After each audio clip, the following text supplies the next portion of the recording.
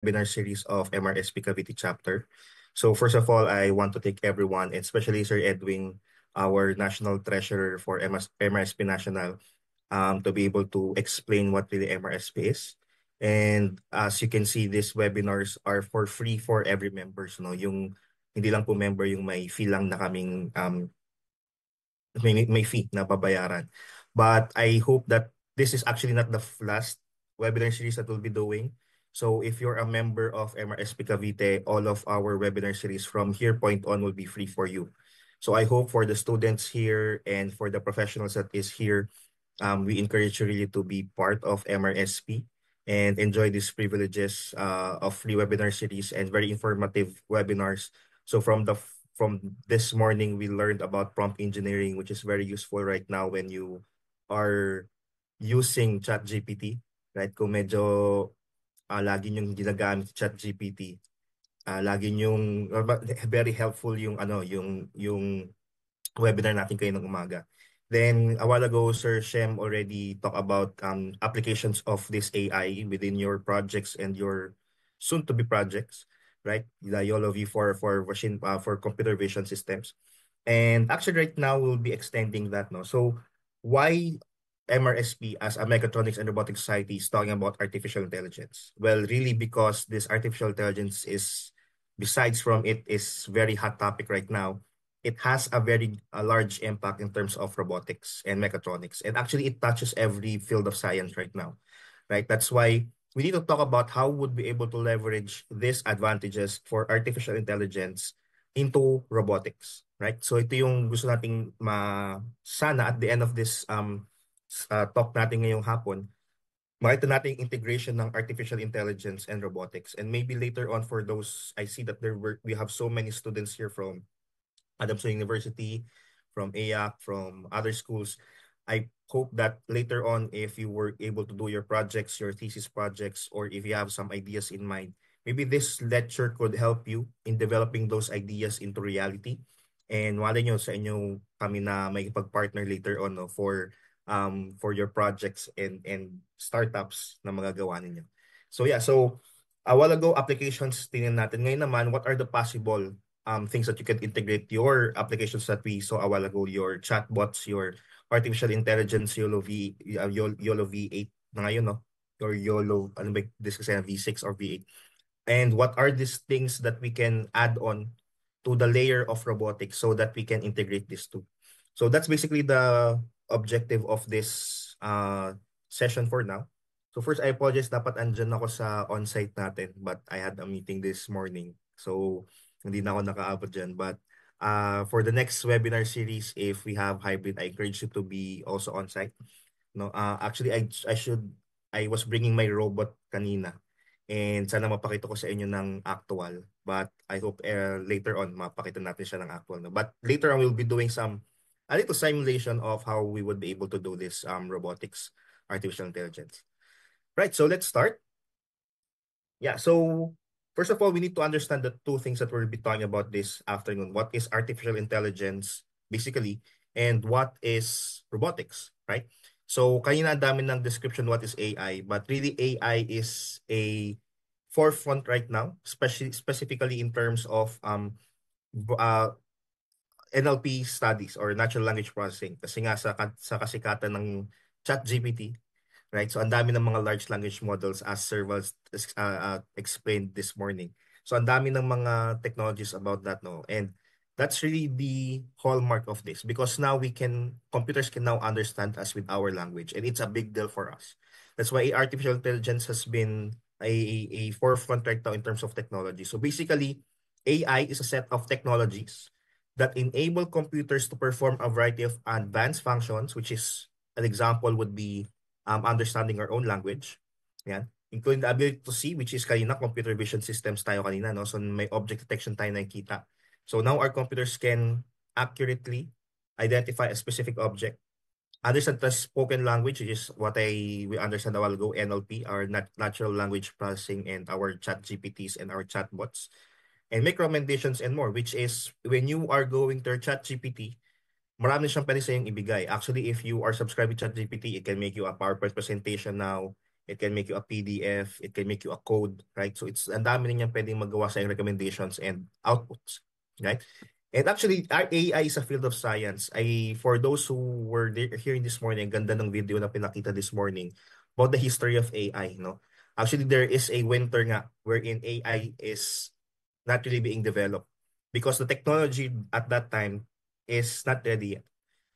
We don't have any GPUs at that time. We don't have our core CPUs at that time cannot do complex computations.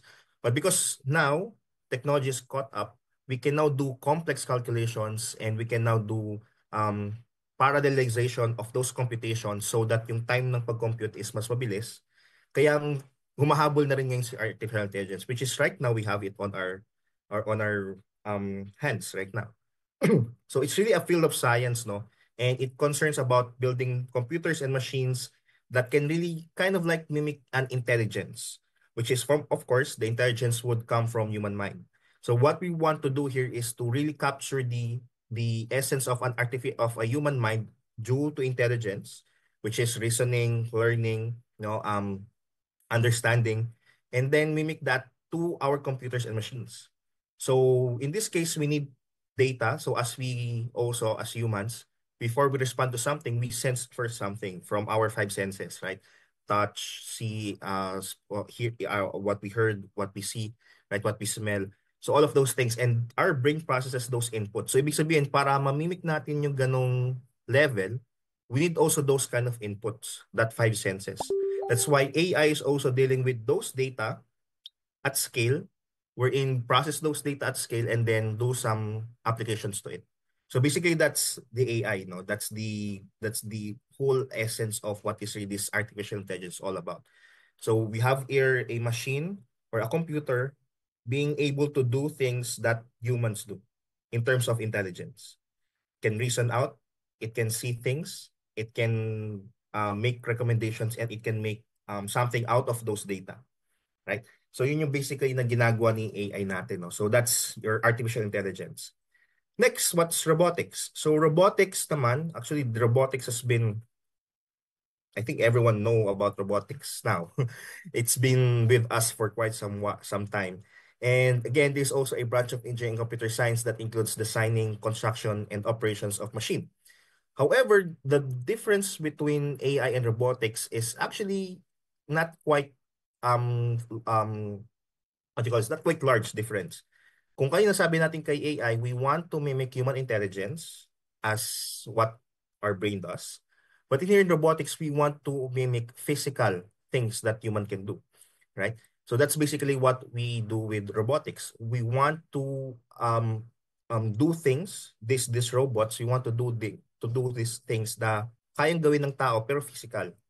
Like for example, picking up things, jumping, walking, movements, right? Lateral movements, moving forward, backward, left or right. So all of those things are mimicking mimicking mobility of humans, right? Or maybe you mimicking not just humans, but extending that also to animals, right? So movements are what we want here in our robots. So kaya may mga mechanical devices tayo dyan, may mga gears tayong nilalagay, kasi that constitutes to movements. And those movements should mimic for example, an action like grabbing, releasing, right? Cutting, yung mga ganong mga applications, no? So robotics and AI are not really different because what their goal is really to mimic us humans in these machines, right? Iba lang yung level kung anong minimimic lang. Si AI, which is human intelligence, si robotics, physical, more on physical. They are quite similar in that manner. So that's why if we have physical right now and we have the human intelligence replication, then why not pagsamahin natin yung dalawa? That's why AI in robotics is here, right? So we have artificial intelligence and robotics. So parang pinagsama natin yung dalawang concept na yun. So we have again our AI and our robotics part. So we have now physical properties mimicking humans. We have now kind of like in human intelligence that can reason us out. Then if we would combine those two, kind of like mimicking an human being, right? Kasi nga parang complete na. Well, we don't have yet an emotional scale for that, but at least we can reason out things and then do things physically for that, right? So we can now combine these two, no? So here, although AI and robotics are using interchangeably, yet they are quite distinct in their fields. Iba nga yung ginagawa nila. But still, they are mimicking human aspects. Different lang yung level. So what you want put here is, for example, no, putting a neural network, which is, we know a neural network is an example of an AI application. It's just a neural network is a branch lang siya ng AI natin. So neural network is is of course from the word itself, neural.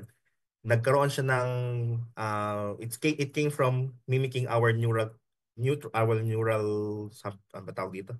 Mga neurons natin sa brain. Yan, neurons sa brain, right?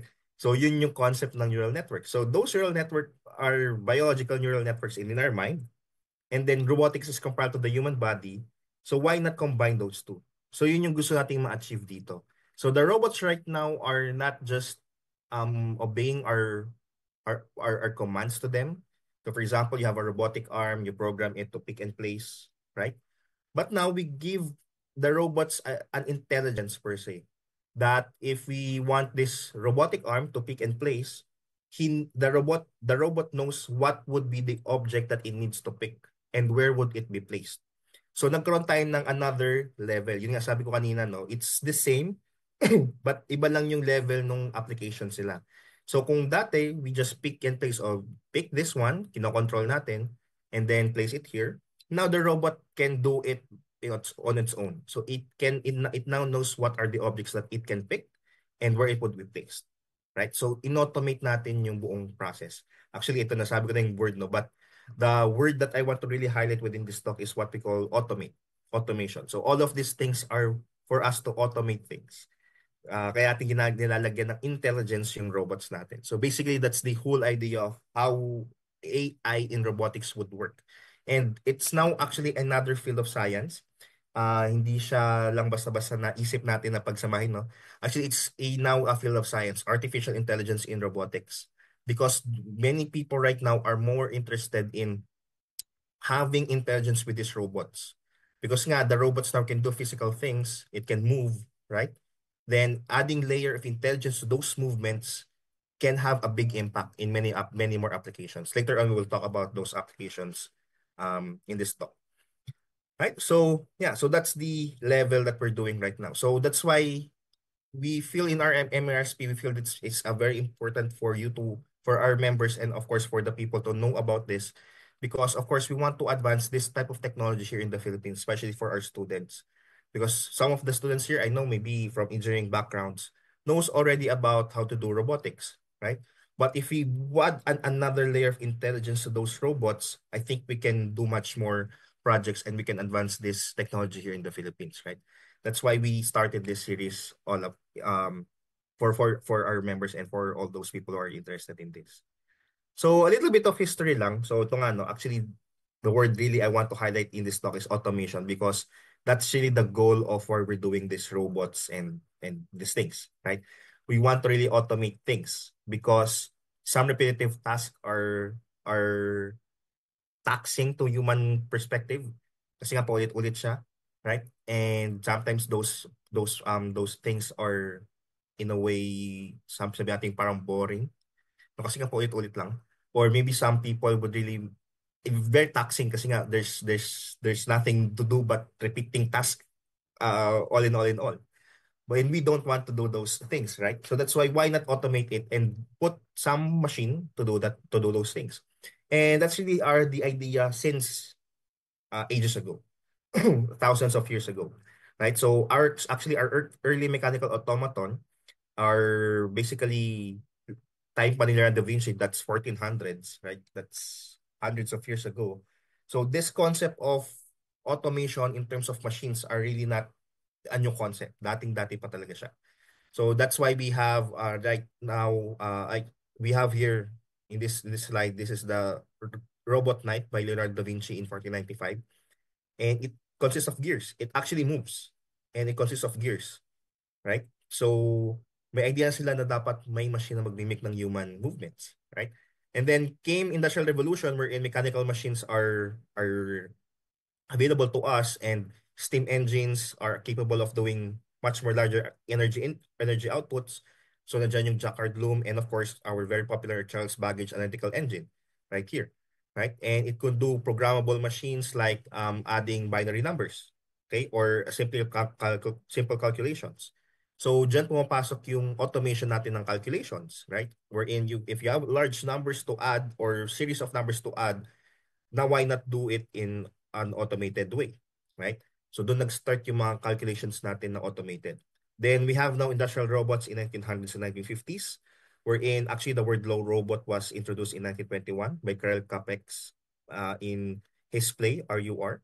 And then of course, because robots now are in the minds of people at that time, so we need to have some foundation in its ethics. Kaya pumasok doon yung Asimov's Three Laws of Robotics in 1942, right? Then we have the first industrial robots like this one, a robotic arm in that time. So as you can see, talagang automation yung goal. Hindi tayo nag-create ng robot, well, for fun. Another one, that's the pleasure of us engineers. But we want really to automate things, no? Ayaw natin ng repetitive tasks. That's why we built these robots.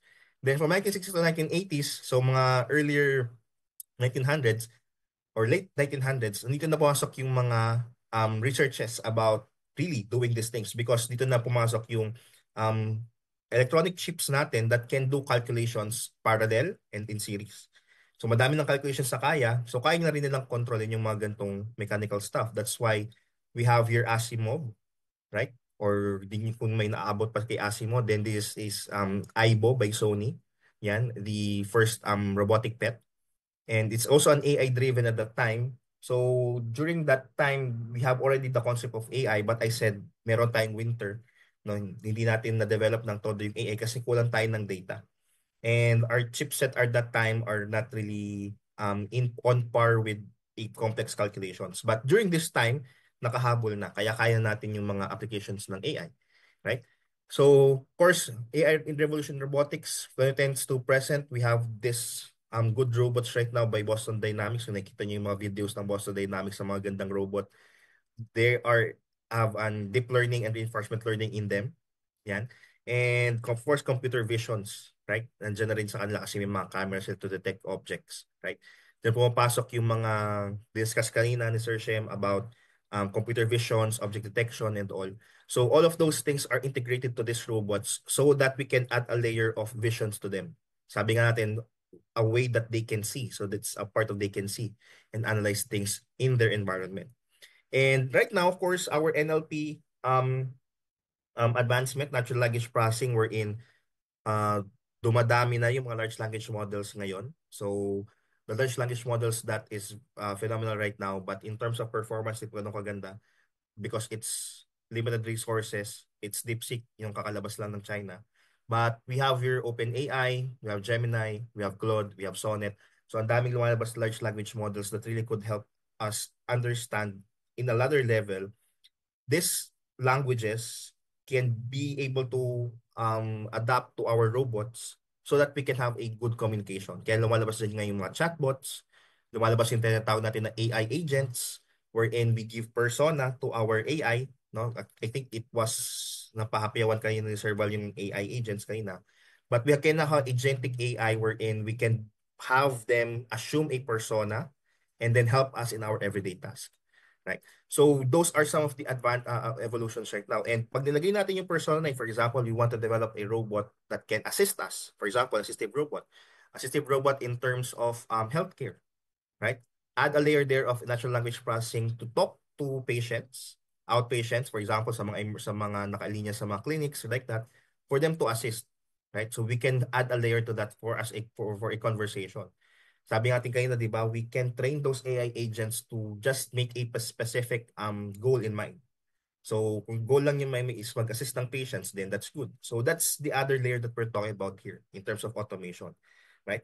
And it's really helping us, no? Ang goal naman ng automation is to help us humans, right? In these things. So actually we have now OpenAI GPT powered robots. I don't know if you saw the latest Tesla robot, no, which has GPT there that you can converse really, and it has really a humanoid functions already. So kind of like you see in the movies, no, yung mga droids doon sa mga movies na nakikita natin, we're quite close, but not really that close, but we're quite close into make it into fruition. Actually, siguro yung mga earliest na mga movies na 1900s pa, no, about robots na kuha na natin ngayon because actually the advancement in natural language processing is very phenomenal. The development of transformers, that those models are very, very phenomenal right now. Wherein and if you could think of it, a computer can converse to you as a natural way, in a natural way. Hindi na siya yung robotic part. Talagang nakapag-converse niya parang tao na yung nakipag-converse sa'yo. So it's a really phenomenal one. And again, if you add that layer to our robots, right, it can do many things. Sana sa mga participants natin ngayon, especially for our students, no, nakikita natin yung mga possibilities that we can do with it. Right? And maybe nga later on, if you have good idea, you can develop your own startup business with it. And yeah, let's advance this technology here in the Philippines. Then, yeah, so what are the core AI technologies in robotics? No? So again, as I said, AI is a branch of science. Actually, AI is an umbrella term for many, many terms. Right? So your machine learning and deep learning, so the AI is the whole set. Machine learning is just a subset, and deep learning is also a subset of machine learning. So an AI again, so AI is the umbrella term for, sorry for that. So machine learning. So again, perception, logic, and learning, that's the goal of AI.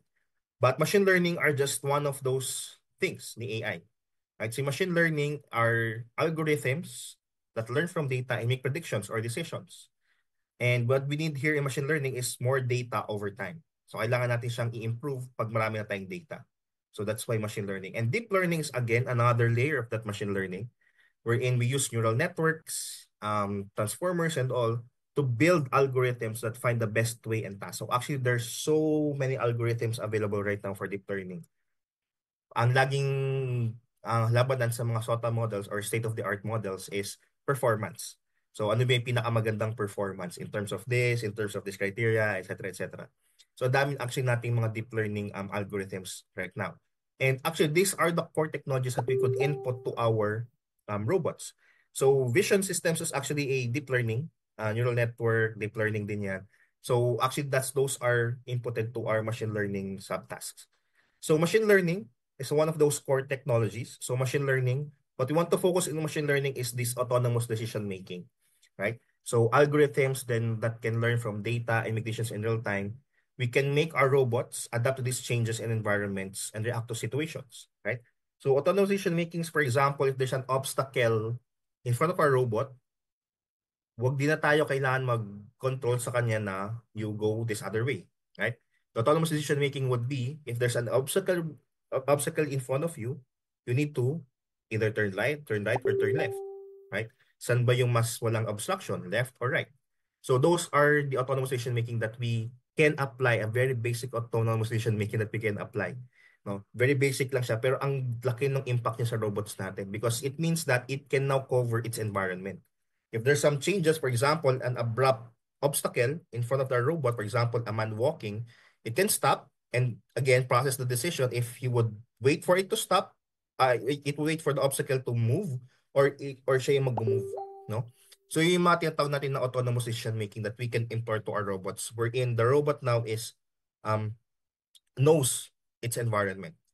Another one is reinforcement learning. So robots can learn motor skills and control strategies through trial and error, allowing them to perform complex tasks like walking, running, or playing games.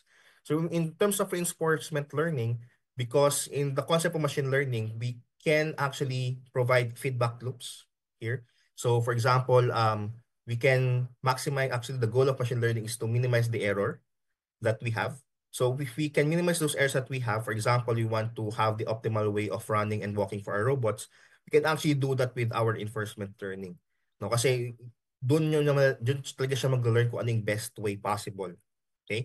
And it is a very good and revolutionary way to do that in our robot. And we have many data to do that. So mas maganda yung magiging performance ng mga robots natin. Hindi na siya yung mechanical talaga na nakikita natin. No? If you would now see robots right now, hindi na siya yung mechanical na nakikita natin na parang stiff pa. May mga smooth na tayo makikita ng mga robots na nag-walk na parang hindi siya robot tingnan. Okay? Predictive maintenance, so this one is another layer of applications of machine learning. Actually, very useful in the industries right now. Most industries are using this because sensor data can provide equipment failures, preventive maintenance, reducing downtime and cost to companies. For example, no, they have big machines that they use in their industrial complexes. So doon mo makikita na yung mga machine na yon, of course, dahil lagi siyang ginagamit, 24 hours or maybe not 24 hours, but 8 hours a day, 7 times a week, right? It's prone to damages kasi lagi nga siyang ginagamit. So in terms of this, some machine learning methods can be applied to it. Actually, yung ginamit kanina ni YOLO kanina ni Sir Shem can be applied to it for detection for those failures of equipment. So for example, may mga crack na yung mga gears natin or parang maraming oxidization na yung nangyayari dun sa mga steel members ng equipment. So all of those things can be detected and can be forecasted kung kailan siya dapat i-maintenance na. Right?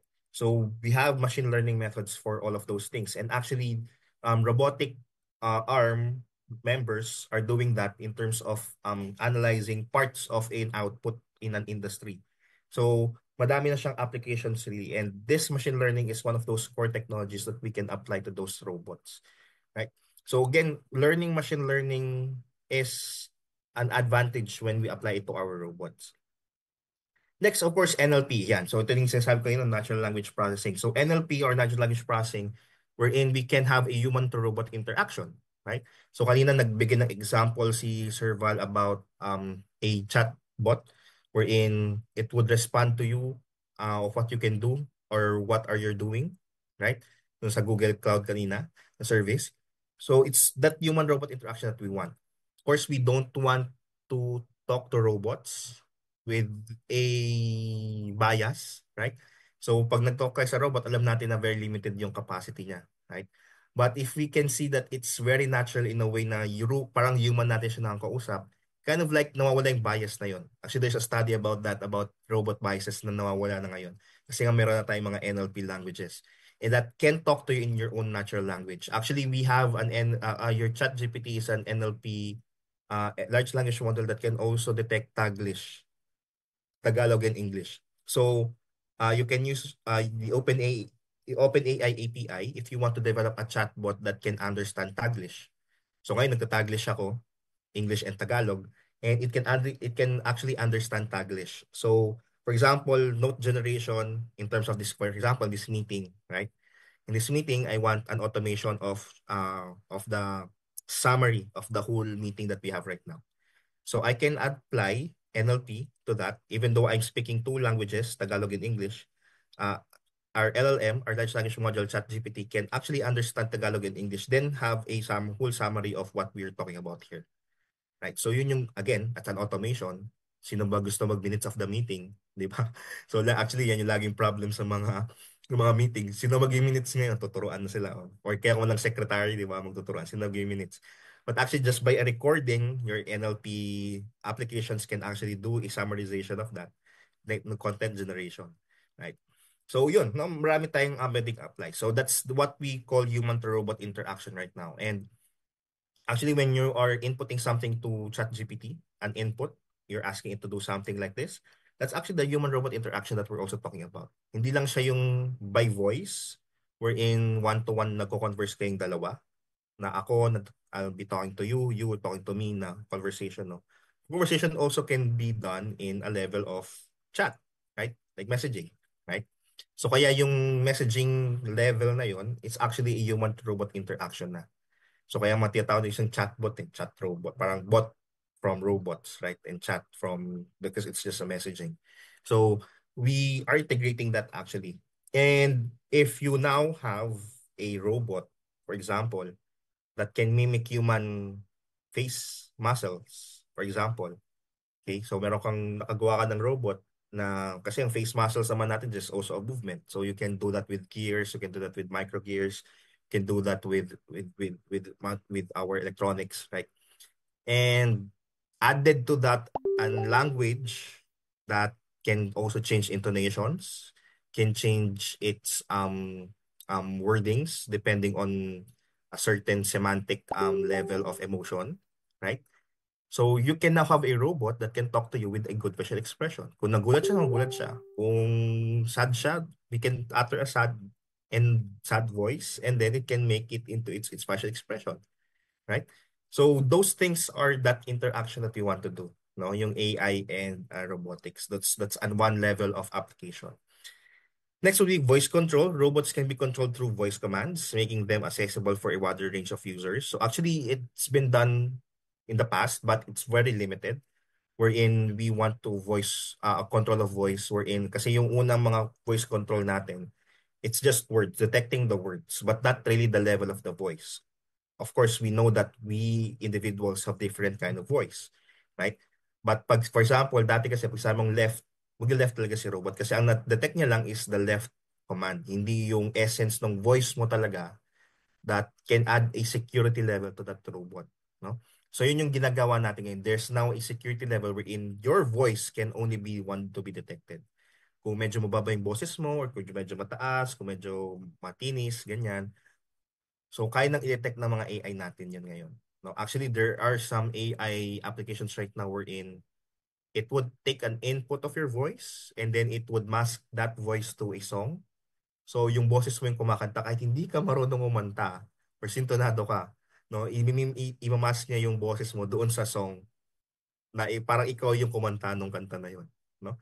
So ganun na yung mga level na ginagawa natin ngayon for AI for that.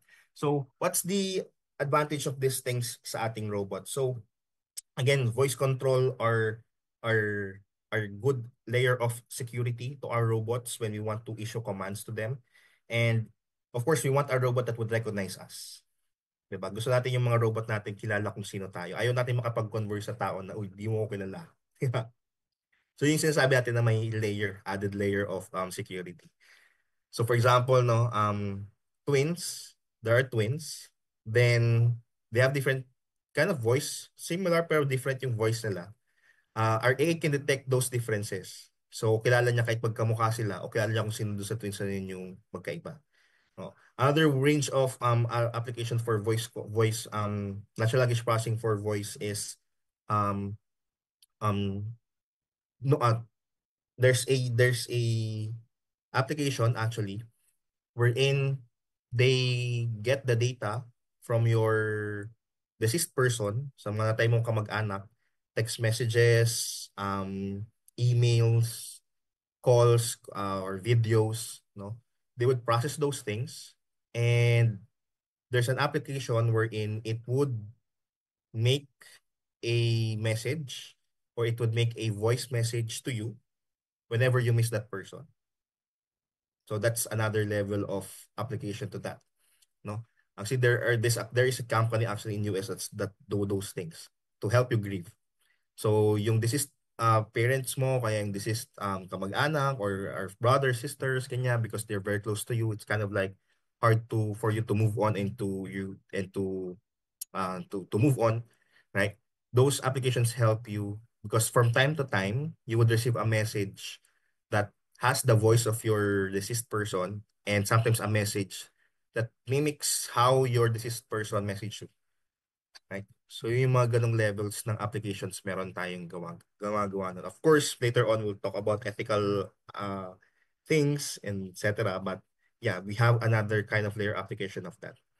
Sentiment analysis, yan, AI can analyze human text and speech to understand emotions, right? So sabi natin kanina hindi po masyado nakapag-mimic ng human emotions ang robot, which is true, right?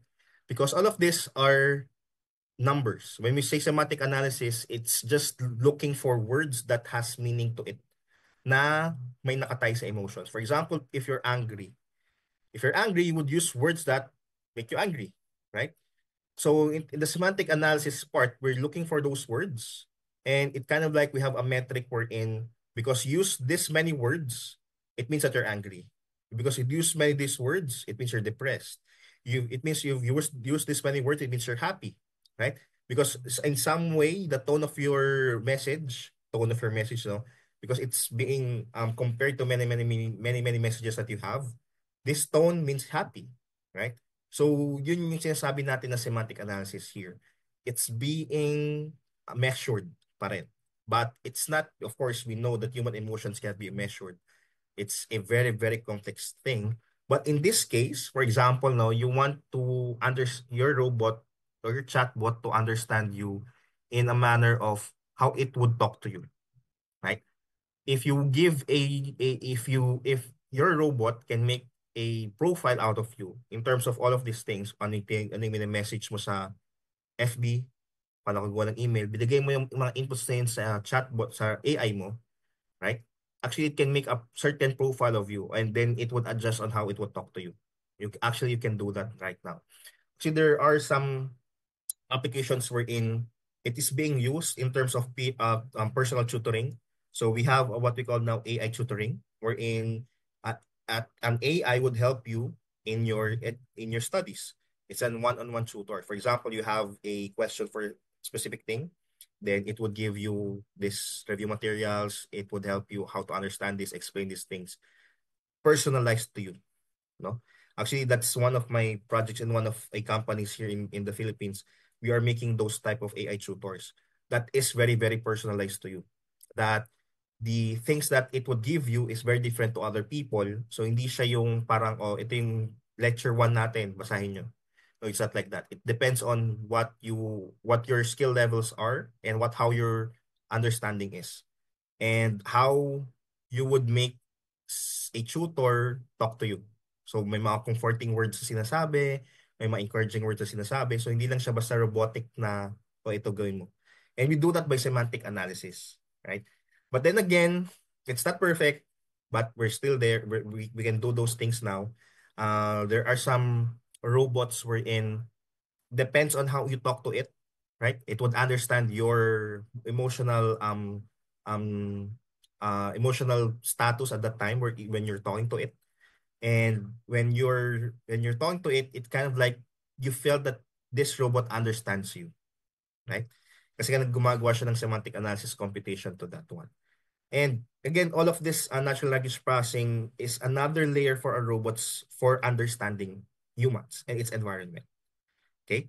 So when we add those kind of layers, we want to automate many, many things now, right? Kasi nga kainan niya pala. So kaya example ni Sir Val ng Good Morning, no? He developed a chatbot to you in terms of would help you to cook, how to cook, right? So it can give you some pointers. It could give you the recipe on how you would want to on how to cook these things, what you want, right? Hindi ko na yung pupunta ka pa sa YouTube, maghanap ka ng recipe, ganyan, di ba? O kaya hindi ka na pupunta sa Google, ano ba yung mga recipes na pwede, ganyan. But that AI assistant right now can help you in terms of this, right? That's why NLP is very, very useful for assistive applications, wherein you have these assistive robots that would help you understand you, no? Uh, in all of these things. For example, we can apply a simple assistive robot in hotel lobbies, for example. For example, pupunta mo sa hotel. So if instead na punta ka sa receptionist, a robot would go to you and ask you for your reservation, right? Or if you have a reservation, so may kipag-usap siya sa'yo, hi, good morning, do you have any reservations? Then talk to it, right? Like how you can talk to a receptionist, right? It would help you. Ordering to a restaurant, you have assistive robot that would help you order to a restaurant, right?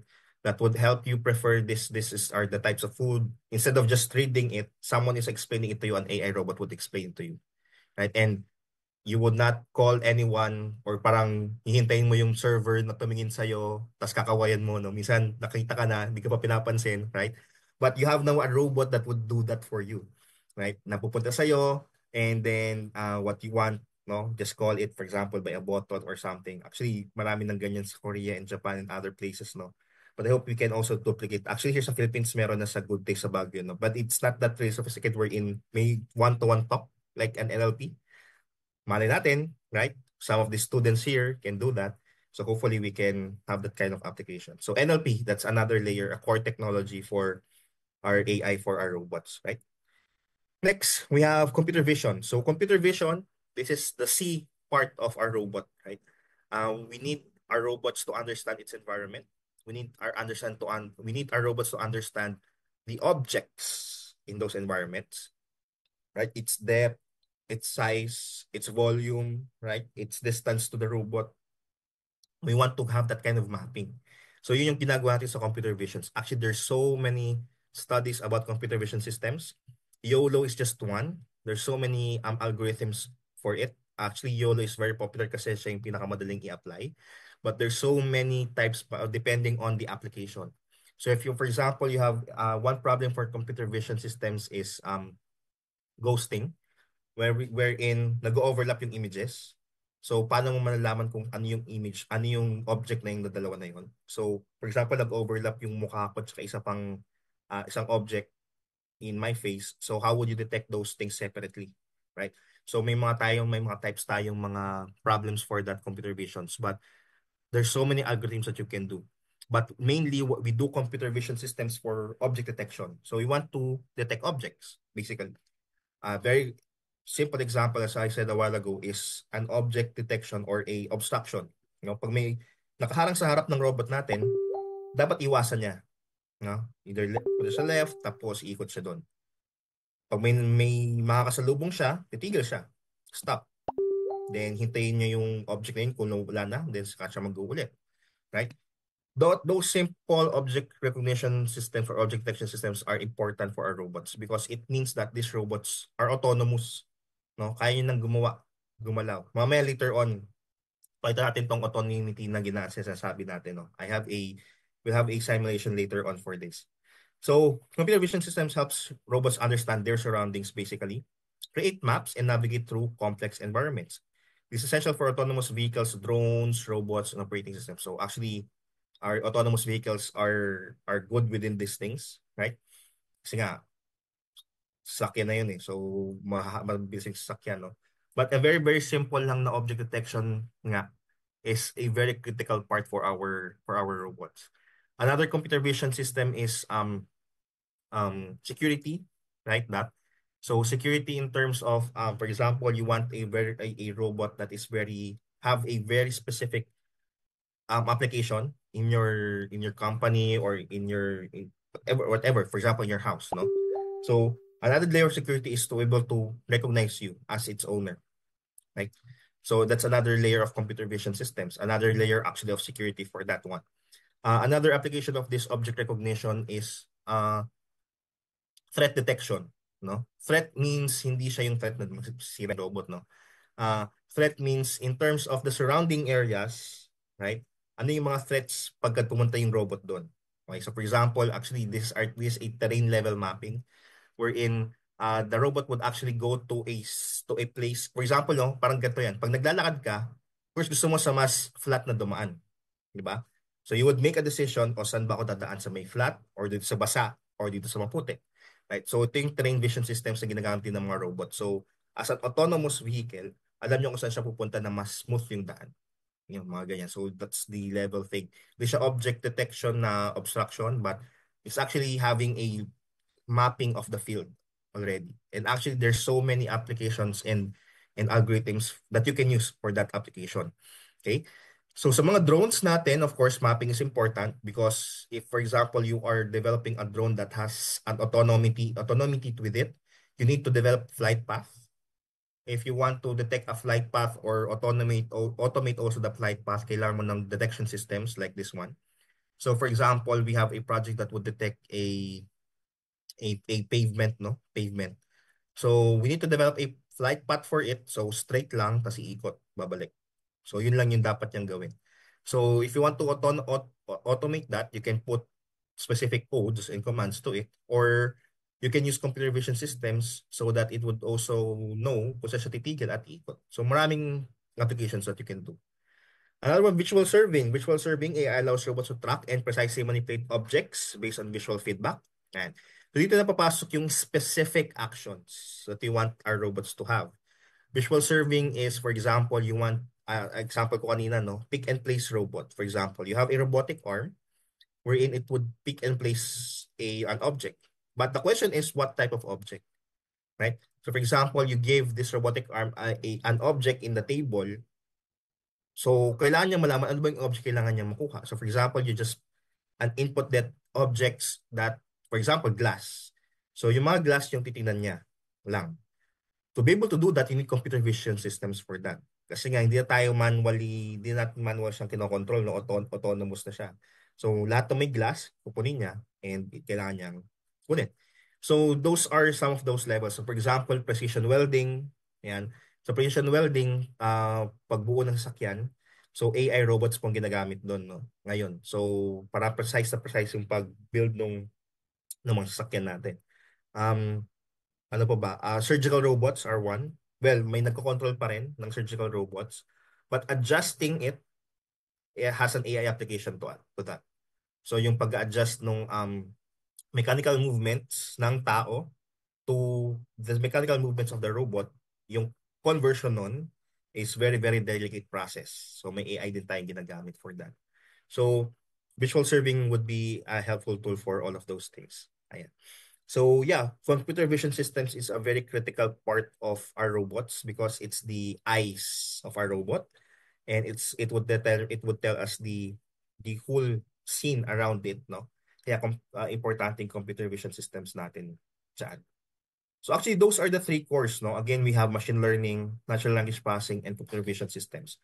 So basically, most projects that I see are more on the computer vision systems. Medyo konti pa yung NLP. Actually, dapat madami rin tayong mga NLP applications right now kasi sobrang accessible na niya. May mga free NLP like Cohere, wherein you can use the Cohere API for free. Meron lang siyang maximum number of tokens na kailangan mong maubos para pag naubos pa may bayad na. But may mga free, no? Na pwede mo siyang gamitin for just prototyping purposes. So for example, you want to develop a robot that can converse, then you can use that Cohere API for that prototyping. What else? You can also machine learning, ay madami na kasi rin sa machine learning, no? Medyo gamit ang machine learning for predictive analysis, predictions, movements, ganyan. If you have various sensors actually, and you have a data trained within those sensors, then you can do predictions for machine learning applications for ML and yan, NLP, and then your computer vision systems yan. Madaming computer vision systems that we can have.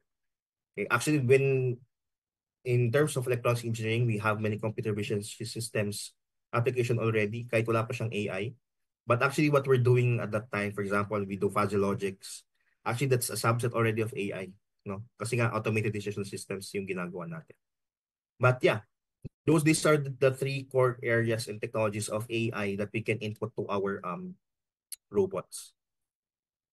Yeah, so what are examples of this? Robots with AI. So we have AMRs. Actually, ito yung mga popular na applications kayo ng robots. We have autonomous mobile robots. Again, autonomous mobile robots, you don't need to control this.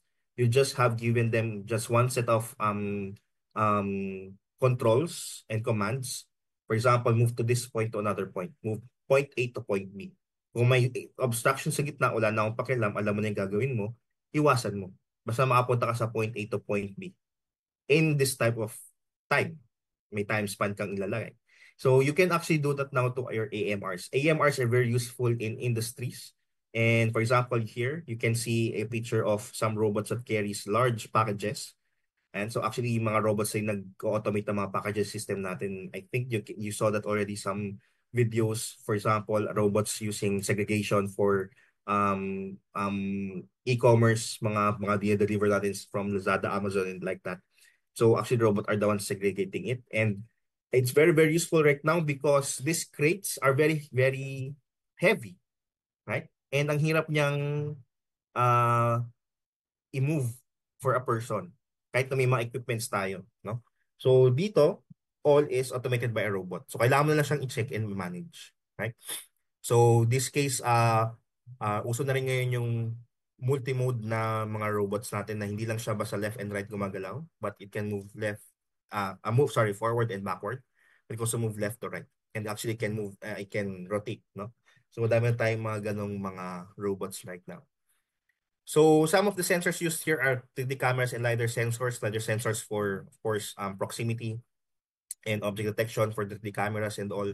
So they use and gather information and make inferences of overall environment, right? So sometimes, ginagamit pa dito dati, no, meron pa talagang mga line silang sinusunod. So mga line follower robot pa to. But right now, wala na mga ganun. The lines are just provided for them to have boundaries. Na dapat itong line na to is a lane for robots. Bawal tao dyan. If you would go inside a large factories na merong AMRs, ganun na yung ginagawa nila. Bawal tao dito kasi ano yan, path yan ng robot. Yan na. So, siya yung mga robot dyan. So delivery systems are like this. So of course, in US they have AMRs for delivery systems, no? Yung nagde-deliver is robot, hindi na tao. Yan. So kaya lang maraming cases ng theft kasi binubuksan yung robot, sinisira. Tapos dito lang kayo pagkain sa loob, no? Which is a very bad thing to do. Kawawa naman yung robot. But anyway, these are just some of those examples. Again, let's use AI for its environment. Ito nga pong pasok yung vision systems natin. Of course, machine learning also to predict the best pathway. Ayan. So, and just those are applications of this. So, AMRs are very, very useful right now. Then we have here robotic arms. So this is what I called one of our examples a while ago, no? So ini-stack niya yung mga stones. Yan. So na-compute niya kung sino yung dapat nasa base, sino yung dapat nasa second layer.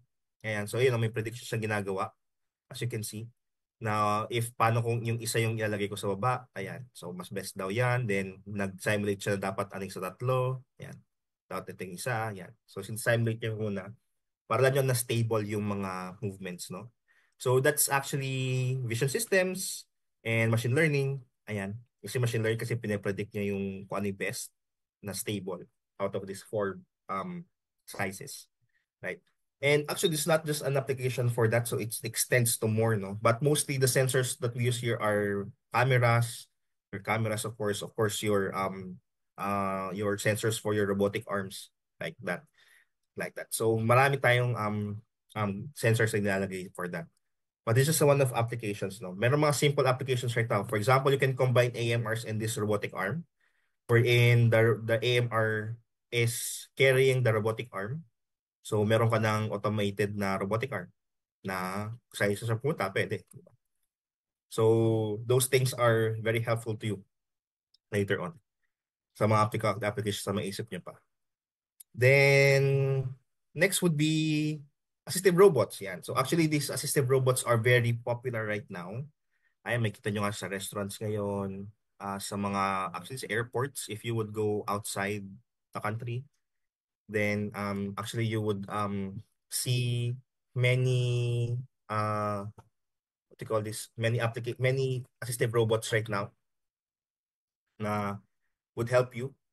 For example, punta ka sa gate 8 to gate 1, ganyan, nasa ganitong place, punta ka sa gate 2, gano'n. So maraming mga assistive robots for that. But it's just many layers of applications kasi in any type of industry. For example, in healthcare, assistive robots in healthcare, assistive robots in service industry, like hotels, restaurants, so on. Assistive robots in terms of education, yan. Yung mga AI robots natin for tutors, ganyan. So, ang daming applications and layers ng assistive robots. Exoskeletons, wheelchair rehabilitation machines for medical care is actually a good example, a good way to do these things right now kasi kulang tayo sa ganitong applications as of now. Marami na mga robot like this, yung mga nakita nyo mga ganyan na robot, ang dami ng ganyan eh. Pero yung mga rehabilitation devices, konti pa actually. Right? And it's very, very useful right now because madami po talagang mayroong kailangan nito. Di lang natin nakikita pero these exoskeletons are very, very useful for rehabilitation processes. Not just for athletes, but for elderlies and for people who suffers this kind of implications in their physical bodies. No? So madami po talagang studies na kailangan gawin for these machines. Yeah. So those are the main three things of application of autonomous mobile robots, AMRs, articulated robots, with applications of AI in it.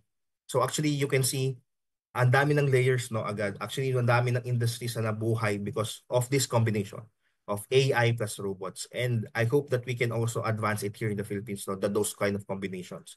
We have many students here. Actually, in MRSP, we also do consultations. Kaya kanina, no, sabi ni Sir Shem, pag may matanong kayo about your projects, you can actually contact us and then we can help you with those projects that you have in mind, right? And we have some equipments. Actually, our sponsor for this event is the IoT Lab in UPHSD Molino campus. You can go there. You can contact them if you want to have your projects in terms of IoT and robotics. You can also go there, right? There's so many things that we can actually create more within this combination of AI and robotics. So as of now, our case study for today, ano ba yung saan tayo pwede mag-start? Right? If, sir, I want to really make a prototype out of this. So ano yung mga kailangan kong gawin for this type of robotic applications, no? Actually, we already have one. No? Actually, your basic Arduino, your basic Raspberry Pi, you can do all of those things. You can actually match many things to them. No? Maraming mga tutorials sa internet that can build you one, right? But there's so many layers to it kailangan mo pang aralin. So you need to understand uh, solenoids, you need to understand uh, uh, PID systems, you need to understand your PWM systems, no? So madaming kang layers na kailangan kasi nga parang basic mo siya ina-apply. But for now, in terms of where you can start, actually, this is what we can do, no? We can help you with this one. Our case study for this one is our Smurfy AI robot. Actually, this Smurfy AI robot is the very first AI robot. AI, actually, not just AI robot, an AI transformative robot, no? So let me just share with you this one. Share ko rin pala yung sound. Sorry, ko sharing sound. So this actually AI robot is very, very useful. You're doing it. AI robot has many applications. All in one. You have your AI camera there. That's your sensor, your robot mechanical system, or with solenoids. So parang nandiyan na sila. And not even so in terms of that, you can actually perform more applications doon sa taas. Yan kasi nga so yan, you can right, you can forward, backward, yan. Pwede ko yung sensor. And actually, this is an example of prototype for AMR project. Yung mga advanced mobile robots. Actually, AMR siya. Pipikulan niyo yung build niyan. It's an AMR in a way, wherein yan, you can add a camera there, then process the environment, then AMR na siya. So, pwede siyang, ano naman yung application ng AMR gusto mo. So, you can add many layers to it later on. Kaya stackable siya. Actually, and this is also what they use abroad in Singapore and Southeast Asia. Marami ng mga applications for this one. This is a video from SUTD, a partner of one of the partner companies of MRSK also. YouTube and also partnering with it. So, ayun yung thinking mechanism ng robot natin. Baka isa na nakita nyo, but you can have the three so it comes from the Singapore University of Technology and Japan. These are the things that you can do with it. Programming by Python or Scratch, like that. And visualization tools for your robot. Ayan, so you can have this one, calculation. Ito yung gagawin natin for your robots para makapunta sa endpoint to starting point. So you have your one module, and then the two modules, and sensors to it. You can actually apply very, very advanced object detection to add as to the robot. So modules to the modules as you want, and many detectors and actuators that you can put it on. So modules na siya. Ayun na, 4 lang dito. At ayun, isa lang. Ayun, kayo mas lang gawin. So, many applications you can do for this one. Tayo for that. So actually, gamit siya na ng ibang master book. And actually, it's not for just for educational purposes, but also for your projects. Ayan, ginamit ka na ng GoPro, ng soccer ball, ginawang ball collector. Right? Very simple, gamit lang nila, karton lang. Diba? So, it can start your prototyping application. Actually, sabi ko ng pick and play, pwede mo na siyang gawin as very simple object. very simple AMR with a object. Ito yung mga AI na pwede mong gawin sa kanya. So gesture control for object detection, face conflict, recognition, right? Ayan, tracking. So those are some of the AI applications you can put to this robot right now. Then, so yan, nag-soccer sila using this robot that they have. So yeah, actually you can start this. It's a very good one for educational purposes if you want to start your journey with AI robots like that, because this Morphe is a very simple has modular designs, many applications you can do. Can change shape, you could add your AI powered within this case. So parang all-in-one na nga siya basically. Kaya ito yung ginawa nating case study for now kasi ito yung talagang very useful right now for AI applications, AI plus robot. So computer vision is there. Swarm robotics also there kasi hindi lang siya pwedeng isa, pwede mo siyang gawing apat from 1 to 2 to 3 to 4 depending on what you want. And it can have application in terms of search and rescue operations. You want to projects to give that one, military defense applications, industrial automation, assistive robot, your AMRs actually space exploration also. There are many challenges with this type of allocations of space exploration. Na pwede yung gamitin yung robot na to for your prototypes, really. So yeah, so those are the things that we really can help you in terms of your journey with your AI robotics. So gusto mo magsimula, ito pwede kang magsimula dito sa Smurfy AI robot natin. If you want to us to help you with this, actually you can contact us and we can connect you to our partner company for this one that provides learning for this one, no. So kaya for now, what we can do is pakita lang sa inyo kung paano siya gumagalaw, no. Gawa tayo ng isang simple um um what they call it, simple detection. Yan, object detect of well, obstruction detection ng robot natin using this Morphe AI by this simulation, no. So let me share this screen lang. Sila siya. Okay, here. Yan. So, for example, no, we have this our robot here, our Smurfy robot here. Ang goal lang natin, very simple, no, is dapat mapunta tayo doon sa goal. So, dapat duman siya dito, duman siya dyan. Autonomous. Dapat hindi natin siya kinokontrol. Right? And that is the essence of an AI robot that we have. Actually, in this application, one of the challenges here for this simulation is that, for example, let's treat our robot as a vacuum robot. No? Yung naglilinis. No? So, dapat na gawin niya is mamap niya yung buong area. Pero huwag natin gawin niya, medyo matagal yon. Ang gusto lang natin munang gawin ngayon is makapunta siya sa goal in the shortest time possible. So basically, pupunta siya dito, ikot siya doon, tapos punta siya doon. Right? So that's what we want to have. How can we put our robot in the shortest time possible? Yun muna gawin natin. Hindi muna yung mamap niya yung buong lugar. No?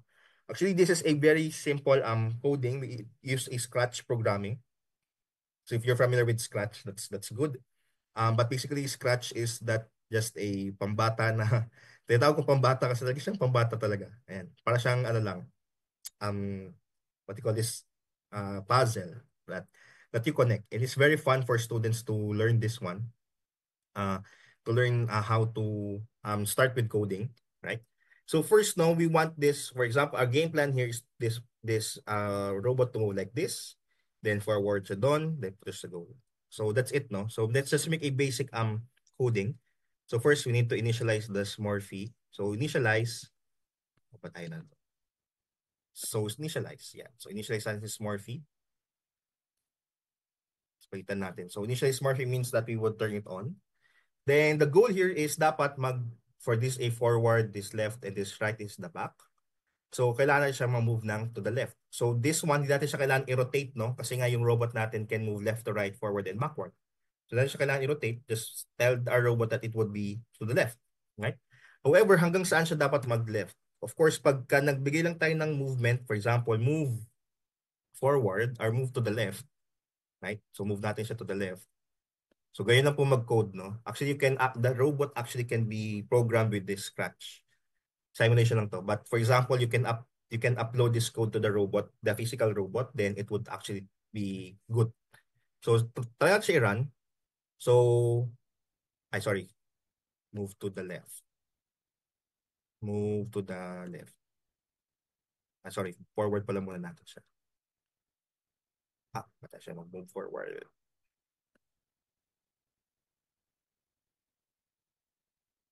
Yan. Move, move, move, move, move.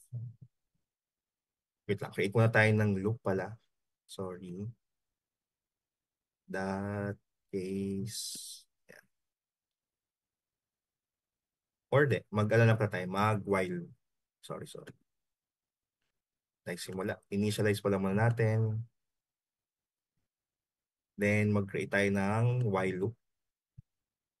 Or actually, ito. Actually, maganda yung mag-scratch kasi natuturuan mo yung bata mag-looping. Until na lang. Until, or sige na nga. Until na lang. Until, for example, sige, try muna natin itong obstacle with obstacle.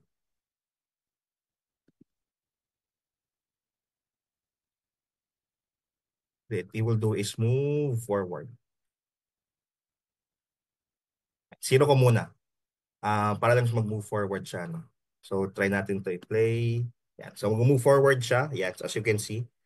But dapat, no, of course, dapat meron siyang stopping motion. Kasi pag nag-move forward lang siya bigla-bigla, what will happen? So, of course, it would crash. Right? Ayun, sabi siya, crash siya, no? So, dapat magsabi tayo, our goal here is hindi siya forward, pa left pala dapat. Yung example ko kanina. But dapat ang goal is mag-left siya until ma-detect niya tong obstacle to the left, right? So, what we'll do is, again, we'll go to the loops. And then, within the loop, we would make a repeat while. So, kahit sa'yo mag-repeat yung isang action niya, hanggang saan, di ba? Or kaya tayo meron kayo ng until. Repeat this movement. So move left until you detect this object, right? So gawin natin yun. Actually, yun yung parang ginawa natin kanina. So Smurfy, then obstacle. So we will repeat the movement to the left. So movement to the left. Ayan. So repeat the movement to the left. So move natin siya to the left. So dapat move siya to the left until makita niya yung obstacle. Obstacle at the left. Right? At the left. Is here. May left siya dito. Tapos ang distance siya sabihin natin mga 10. 10 cm. Ayan. So pag nag-move siya to the left, ano yung gagawin niya? Sabi natin stop muna. So stop siya pagka may nakita siyang move to the left. So try natin siya mag-start. So yeah, so it's now moving to the left, a robot. Then dapat pag may detect siyang 10 na distance, mag-stop siya. Ayun, so nag-stop siya. Ayan. Right? So as you can see, it's straightforward one. Right? So nag-move lang siya to the left, then stop. Nag-stop na siya dyan. Ayan. So ito yung distance natin doon sa movement natin. So actually, we can now move it forward. Try natin, no? Stop ulit natin. Then move lang natin siya forward. Move forward. So mag-left siya, tapos pamove lang natin siya forward.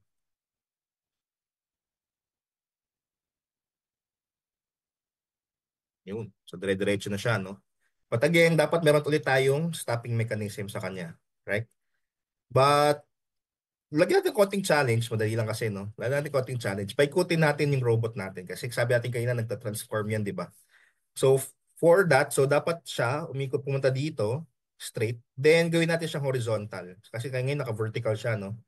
Gawin natin siyang horizontal. So, what we can do is, um, gawa siya muna ng isa. So, create siya ng space para umikot siya, no? So, para siya makagawa ng space, we can do, sorry, lumalaki. We can do a repeat count with repeat 10 times. Yeah, times. So what we can do is repeat 10 times. So anong re-repeat niya? Re-repeat tayo ng move forward lang sa atin siya ng konti taas. So Remove lang siya ng konting taas. Move forward ka ng isang beses. Tapos, paikutin natin siya. Rotate, rotate. So, pag nag-rotate siya, so ang viewpoint natin is this axis, x-axis, no? Ayan, nakatayo siya.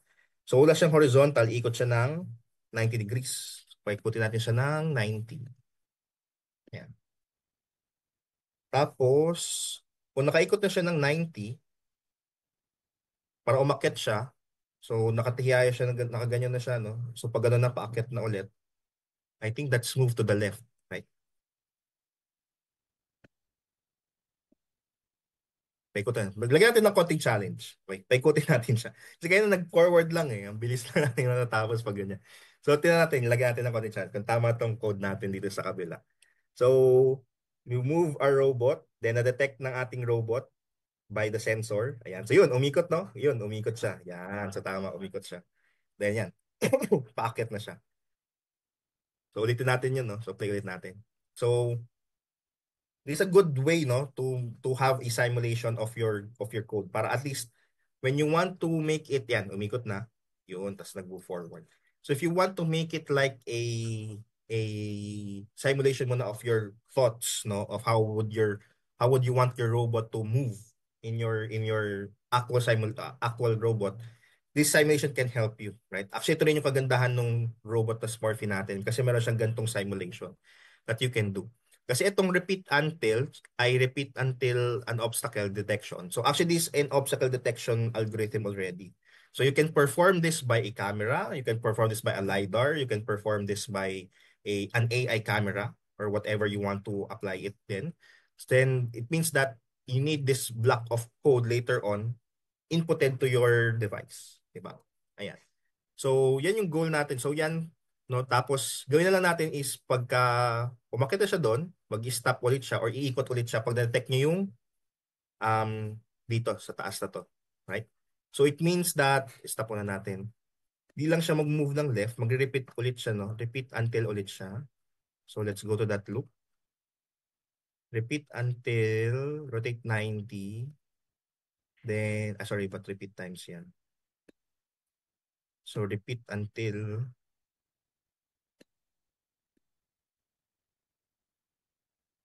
we have an obstacle again. Rotate to. Rotate to. Obstacle. Obstacle. So again, naka-left siya, no? So left pa rin. So left. Then let's add again 10 to it. The distance kung na siya mag-rotate to the left. Ayan. So tingnan natin, dapat mag-stop. Lagay mo natin ulit yung stop para alam natin na mag-i-stop siya. So moving to the left, then it would rotate by one step para may spatial umikot yun. Then to the left ulit siya. Then dapat pag may space na dito ng 10 actually I think it's in centimeters, but 10 units, dapat mag-stop siya. That's it, nag-stop siya. Then what we can do here, paikutin ulit natin. Natin paikutin siya, no? So we will rotate this one. So move lang ulit tayo ng one step. So gayahin lang natin yung code na to, no? So repeat ulit natin siya. Repeat. But this one, instead of moving forward, so kasi ito yung forward yan yung may arrow, di ba, forward. Ito konting backward lang, saka saan siya paikutin. So, hindi natin siya forward na, backward lang konti. Backward. Then, saka natin siya paikutin, rotate. So, in this case, because our main reference again is yung nakatayo, yung vertical. So, kung gusto natin siya paikutin ng isa, 180, no? 180 degrees. So, paikutin siya ng 180. So, paikutin natin siya ng from this point on, so ikot siya ng dun, patayo ulit. Kaya 180 yung ikot niya. Right? And then move to the, so nakatayo na siya, move to the left na tayo. Hanggang dun sa goal.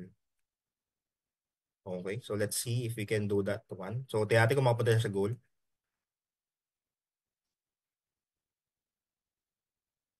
Moving left, then turn.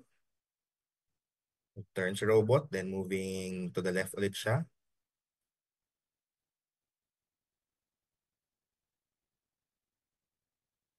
Tapos, dapat mag-turn ulit. Turn. Yun, nag-turn. Baliktad pa. Nag-crash. Kasi nga, baliktad. Dapat ata 90 rin to. Ba yung computation ko? Ulit. Ganun ulit. 90 nga ata dapat. So, to the left, iikot yung robot. Actually, this is a challenge for what we do here is, kasi I'm also part of that company. No? Yun ang pinagawa namin to sa mga elementary students. At ang goal is pabilisan. Makapunta sa goal. Oh, ba't ganun? Nangyari. Move backward, then, alam ko na. Tama pala yung rotate ko. Mali lang yung, kasi papunta siya doon, di ba? Dapat papaganon pala. Dapat right. Okay, tama na yan. So, tawag dito. Ayun nga, no? So, we made this challenge, no? Tapos pabilisan sila ng runtime. It's a good, no? Actually, elementary students can do this one. Kasi scratch code lang, di naman sila nag-hard code. But for example, if you want to make this an advanced, more advanced in your prototypes, right? You can move actually a robot that has a good coverage of all of this area. So parang may mapping kang nangyari. So yan, so your time is 28.446. So yun yung magiging time mo. Pabilisan na challenge yan. So actually this is a good one. No? So it means that in your hard code, you need a code that would make your robot obstacle detected. Kailangan siya mag-obstacle detection. Yan. So meron ko siyang dalawang block ng code dyan. Then actually itong movements na to is meron na doon sa board mismo kasi nga isa siyang malaking board eh. So you can just put a code of left and right to it and it would actually go left and right. So ang kailangan mo lang i-add na layer would be your obstacle detection, right? So this is kind of the prototyping that we want, a very easy prototyping. So actually in how many minutes lang natin siya nakuha, 'di ba? In just less than 10 minutes, 20 minutes, nakuha natin yung path na gusto natin. Then after that, na-apply natin siya ngayon sa simulation. So now, later on, pag mag-code ka ng hard code, may kita mo na yung kailangan mag-initialize, kailangan ko ng object detection, then ganito yung dapat na object niya. So naka-loop dapat yon. Tapos ngayon, i-rotate ko siya and something, etc. etc. Right? So actually, it's a good way to start your journey in your AI robotics, no? Ayan. So, very basic lang siya, hopefully. And later on, again, if you want to try this out, or maybe some of these are professionals here or school heads, or maybe you're interested to make this in your schools or your students or your ano no or your um kids to do this, just contact us in MRSP because this is also what we want to share to our members and to our constituents as well. Okay? So, patapos na tayo. Mabilis lang to. So, benefits of AI in robotics. So, we have increasing productivity and efficiency, of course. We have talked about this a lot this morning, this afternoon. So, of course, we want this automation. Ayaw natin ng ulit-ulit, no? Kaya gusto natin ng automation. Enhanced capabilities, of course, execution of complex tasks. Later on, for example, our NLPs can do things that are automated for us. Paggawa ng PowerPoint presentations, mga documents and whatnot, mga that needs typings, right? Ang maganda sabi nga naman ni Sir Val kanina, no, we need also still human checks. Kasi nga may mga limitations pa rin yung mga NLPs natin. So, but however, ang malaking step na binigay sa atin ni NLP and Large Language Model is that we have now a baseline. No? Kasi yung binigay sa atin na ideas ngayon ni ChatGPT, meron siya binibigay sa atin ideas ngayon. Hindi tayo yung dapat from scratch.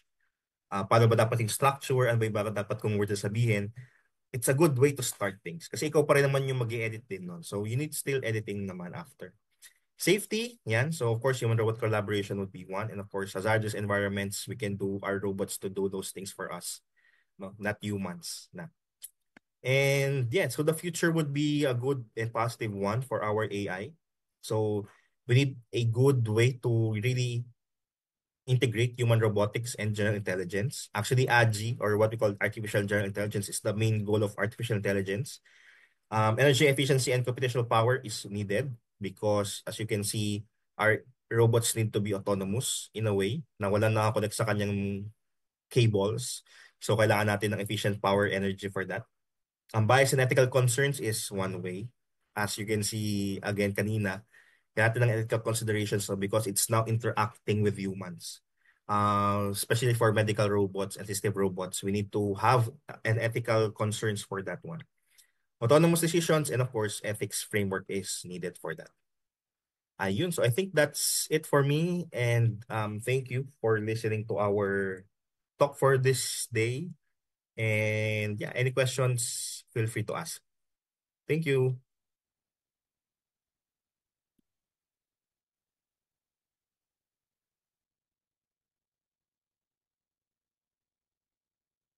Shem?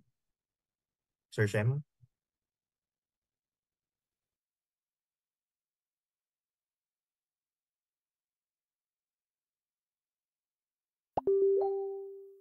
Thank you, Engineer Aranya, for that incredibly informative session. So we truly appreciate the wealth of knowledge you've shared with us. Now, it's time for what we've all waiting for, our interactive Q&A session. So if you have any question for our esteemed speakers, feel free to type them in the chat box or raise your hand. This is your chance to dive deeper into today's topic and engage with our experts. So don't hesitate. Let's keep the conversation going. Who would like to ask first?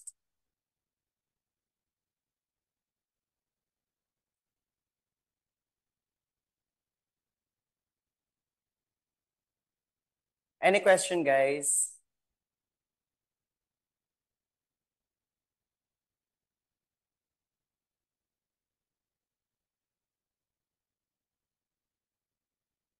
Or just raise your hand if you have any questions for our speakers.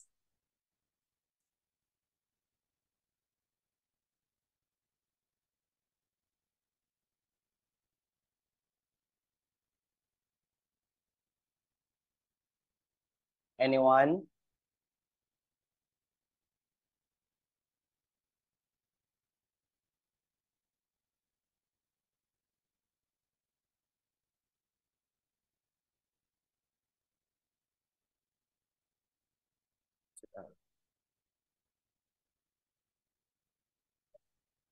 Okay. As we come to the close of today's insightful seminar, we want to take a moment to express our heartfelt gratitude to our distinguished speakers for their invaluable contributions. To show appreciation, we will now proceed with the awarding of certificates. Let's celebrate their expertise and dedication to advancing knowledge in the field of mechatronic and robotics. First, we would like to present a certificate of appreciation to Engineer Val Patrick F. Fabregas, the faculty member at the College of Computer Studies and Board of Trustee for MRSP Cavite Chapter.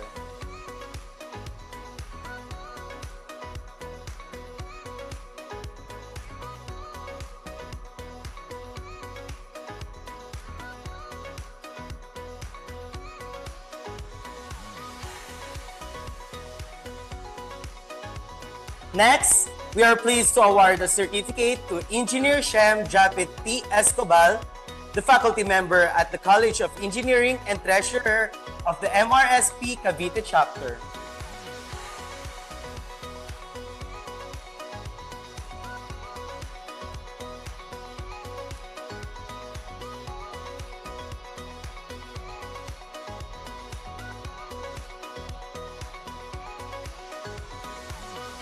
And finally, a certificate of appreciation is presented to Engineer Jasper Maynard Aranya, the CEO of A-Cube Technologies and Chapter President of MRSP Cavite Chapter.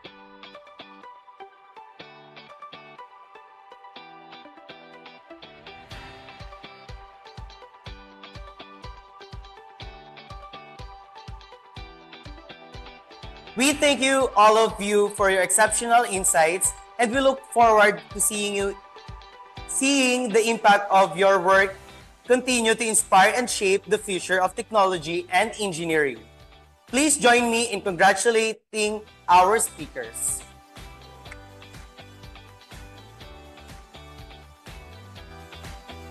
As we approach the end of today's remarkable event, it is only fitting that we conclude with some inspiring words from a leader who has been incredible support to our academic community. To formally close our seminar, we are honored to hear from our esteemed advisor of MRSP Cavite, Engineer Joel B. Bahador. His guidance and commitment to excellence have been instrumental in shaping the success of this event. Please welcome Engineer Joel B. Bahador. Full body ba yan? Yes po, sir. Saan ako harap? Ito po, sir. Sa center po. There po. Ano?